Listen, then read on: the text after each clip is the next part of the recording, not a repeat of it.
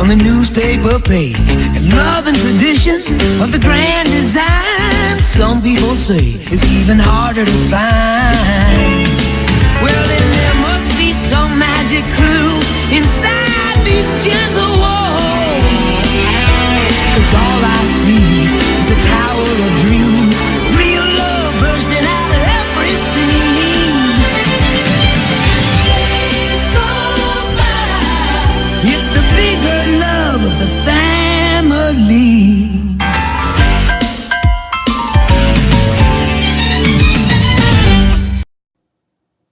I'm sorry, what year is this? We're in 2018. And you're telling me that the Cavs and Warriors are playing in the NBA Finals for a fourth straight year? Am I really getting this right? Hold on.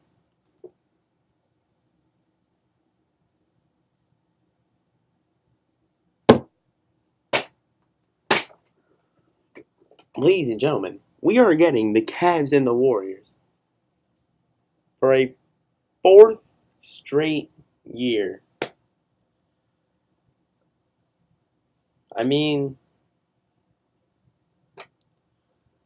well, it's completely different than the last 3 years, considering that this is the Cleveland LeBrons, because nobody else shows up in the playoffs. So this will be an even more insane finals if LeBron can pull off a finals victory against this Warriors team. So without further ado, I'm going to give my prediction and a couple other things. So let me start this. Alright, let's start out with Team LeBron. My bad. I'm coughing problem. Let's start out with the Cleveland Cavaliers. So, this Cavs team, beginning of the year, they had Isaiah Thomas. They had the likes of Isaiah Thomas, Iman Shumpert. Oh my goodness! Derrick Rose, Dwayne Wade, and a couple other people that I can't think off the top of my head at the moment. Jay Crowder, there's another one. That's who they started out with. At the trade deadline this year, they were struggling very, very bad. Even to the point where they got blown out by the Magic in one of those games. So the Cavs had to shake it up a little bit, you feel? Whenever times are struggling, you gotta, fix up a little bit, and that's exactly what the Cavs did. They shipped those guys out. They sent, I want to get this right. They put Iman Shumpert on the Kings, Derrick Rose to the Jazz. Who did they put Jay Crowder to? Oh, that's gonna hurt me. I know they put Dwayne Wade to the Heat. Bro, who did they put? I think Jay Crowder went to the Kings too, if I'm not mistaken. I'm definitely gonna look that up after this because it's going to pain me. And they sent Isaiah Thomas to the Lakers. In return, not only did they keep their Brooklyn pick, they brought in the likes of Jordan Clarkson, Larry Nance, George Hill, Rodney Hood. Oh my goodness! And I think that's the majority of who they brought in. I'm pretty sure they brought in a couple more players, but they're not really that notable, I don't think. Okay, I got all the information right here. So, Isaiah Thomas, Channing Frye, and the Cavaliers' own 2018 first-round pick were traded to the Lakers for Jordan Clarkson and Larry Nance. Okay. They sent Dwayne Wade back to Miami for a heavily protected 2020 second-round pick. They sent Jay Crowder and Derrick Rose to Utah for Rodney Hood and George Hill. What did I say? They traded Iman Shumpert to the Kings for George Hill. I'm pretty sure that was a 3-team trade. The Kings, the Jazz, and the Cavs. I'm pretty sure that was a 3-team trade. And that was everything. So after that, people, including myself, thought the team got a lot better, a lot younger. Much better short term, but for the long run, if LeBron leaves, that is terrible because they will be sent into cap hell. Anyways, they finished the year with a 50-32 record, which was 4th in the Eastern Conference behind Toronto, Boston, and Philadelphia. And in the playoffs, you can clearly see that without the playoff experience, other than LeBron, Kevin Love at times, J.R. Smith inconsistently, the players that they got from the trades were absolutely garbage. I mean, you can tell LeBron his back was full of all those Cavs players that were added. I mean, Kevin Love was okay, could have had a lot of better performances throughout the playoffs. J.R. Smith, inconsistent as usual. But, I mean, hear me out. J.R. Smith, when he gets going, he puts up like a 25-plus point game whenever he wants. He will drain threes whenever he wants. But when he cannot shoot, it's such a funny sight. He will score about 5 or less points in those games. There's no in-between with JR. You're either going to get a insane JR that night, or you're going to get a terrible JR that night. Other than that, Tristan Thompson was, he wasn't that bad this postseason run. Defense, inside protector, and then the dunking ability is pretty good. And then, other than those guys that contributed-ish, LeBron just had to take over. They went to 7 games in the first round with the Indiana Pacers, which was, they did not need to go to 7 games. They then swept the Raptors somehow, the top-seeded Raptors. I'm going to make a video on them in the future because I have some plans. As a good 2K general manager, I know what to do. Let me go back to this. Then they went to 7 games with Boston, which was such a good series. Boston was headlined with Terry Rozier, Jaylen Brown, and Jason Tatum, Al Horford. They didn't even have Kyrie and Gordon Hayward, and they went to 7 games with the Cavs. That shows this future of the Celtics is so damn bright. They can take a LeBron James Cavs team 7 games without 2 of the 3 best players on their team. Oh my goodness! That's actually insane. So, other than that, the Cavs land in the NBA Finals for a 4th straight time. This is LeBron's 8th straight NBA Finals appearances.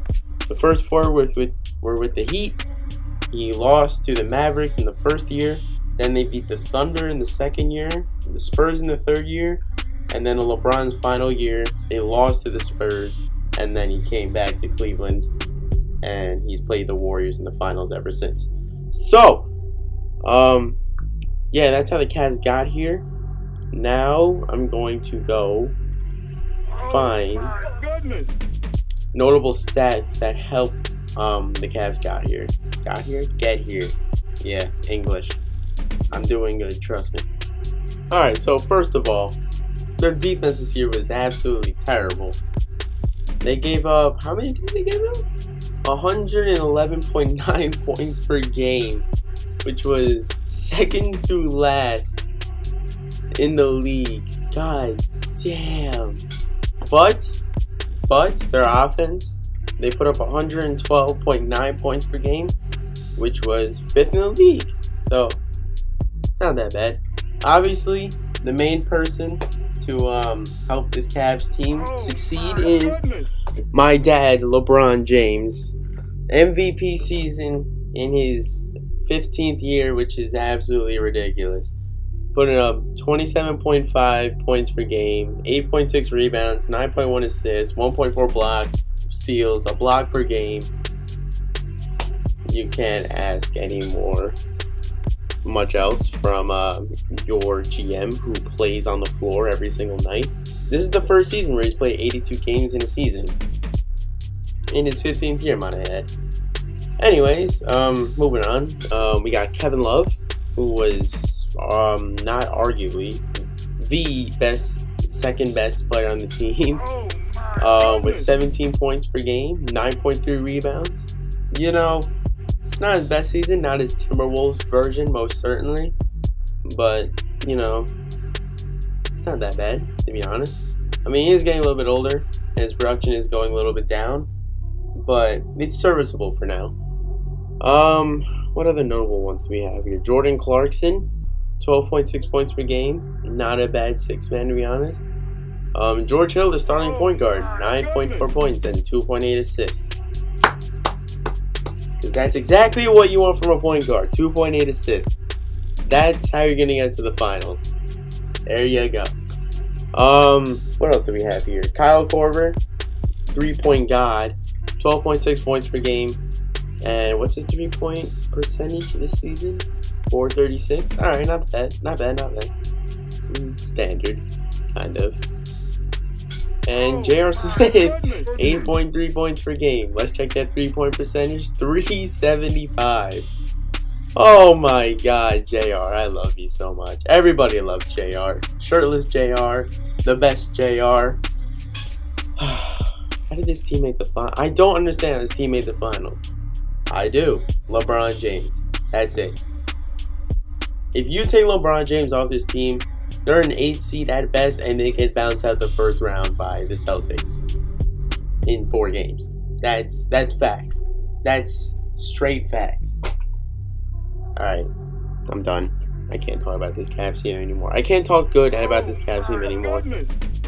Because other than LeBron, this team is not good. Whatever. Let's move on.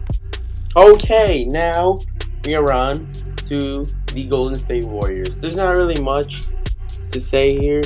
I mean, they got Steph Curry, Klay Thompson, Kevin Durant, Draymond Green. They got 4 All-Stars. Their team is locked and loaded for another NBA Finals win. And against the Cavs again. But let's not get too ahead of ourselves. They didn't even finish first this season. The Houston Rockets actually did. I think it was a 61-21 record. The Warriors had a 58-24 record, which was, you know, kind of not meeting expectations as usual. They did finish second. However, you know, as you know, they're in the finals. How they got there? They swept the Spurs. They God damn it, who did they play second round? I know they didn't play the Jazz. Oh my God, this is going to kill my brain. Retard alert! In the second Retard round. alert, class! Alright, my bad about that. They beat the Pelicans in 5 games in the second round. And then they went to 7 with Houston, which was such a good series. 2 powerhouses going at it. Bang, bang. I mean, Houston was up 3-2, but unfortunately Chris Paul did get a hamstring injury that left him out the last 2 games. So the Warriors capitalized and are in the NBA Finals. I mean, if you've seen the third quarter of those past 2 games, they are for real, man. Curry's shooting is lights out. Klay Thompson can also shoot the ball mad well. Kevin Durant is Kevin Durant, top 3 player in the NBA. And Draymond Green, it doesn't show up on the stat sheet, but Draymond Green's presence on the court is so vital. His defense is insane. He gets rebounds. He's just such a good defender. And he's a slept-on scorer, too. He can put up buckets when he wants. Don't sleep. Alright, so they were 11th in defense with giving up 107.7 points per game. They were third in offense with 113.6 points per game. So let's just go over some stats. You know, the normal suspects. Let's just start with Steph Curry. 26.4 points per game, 6 assists per game, 1.5 steals per game, even 4.5 rebounds per game. I mean, he almost got a triple-double last night in Game 7. He's just so good. My God. Kevin Durant, 26.4 points per game, just like Curry. 6.8 rebounds, 5.4 assists, 1.8 blocks. I mean, all around. I mean, it's a shame that he left the Thunder, but I mean, what he's doing on the Warriors is absolutely incredible. Third best player in the league, don't at me. Klay Thompson, 20 points per game, 3.8 rebounds per game. Let's check the 3-point, 440 on that 3-point percentage. Lights out, bang, bang. And then Draymond Green, you know, like I said, don't let the stats fool you. 11 points per game, 7.6 rebounds per game, 7.3 assists. I mean, he almost averaged a triple-double this season. But, you know, he's not really a scorer. He's more of a defensive guy. That's why the Warriors are so good.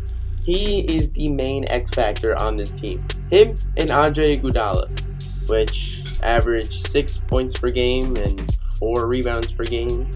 But don't let the stats fool you. Iguodala and Draymond Green are the key reasons why this team can succeed. Their defense is so vital that Curry, Durant, and Thompson can just take over the offense, and they don't have to worry about defense because they're locked and loaded with Draymond and Iggy down low playing defense. I mean, their death lineup with Curry, Klay, Iguodala, Durant, and Draymond. Draymond's not even a primary center, but he can play center. He can play all 5 positions on the court if he really has to. That's how good he is. That's how versatile, and he is the real deal, in my opinion.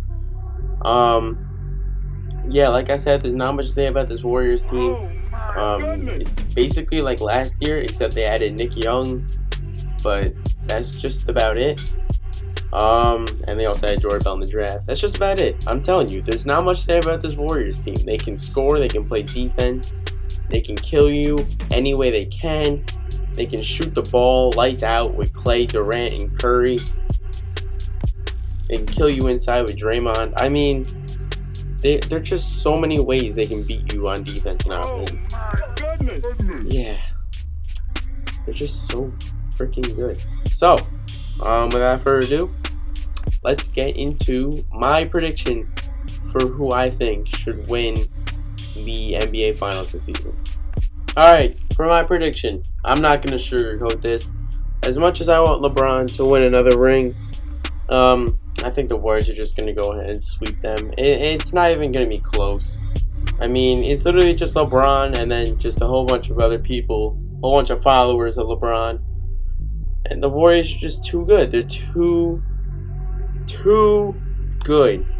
There's so much talent on this team. They're deep.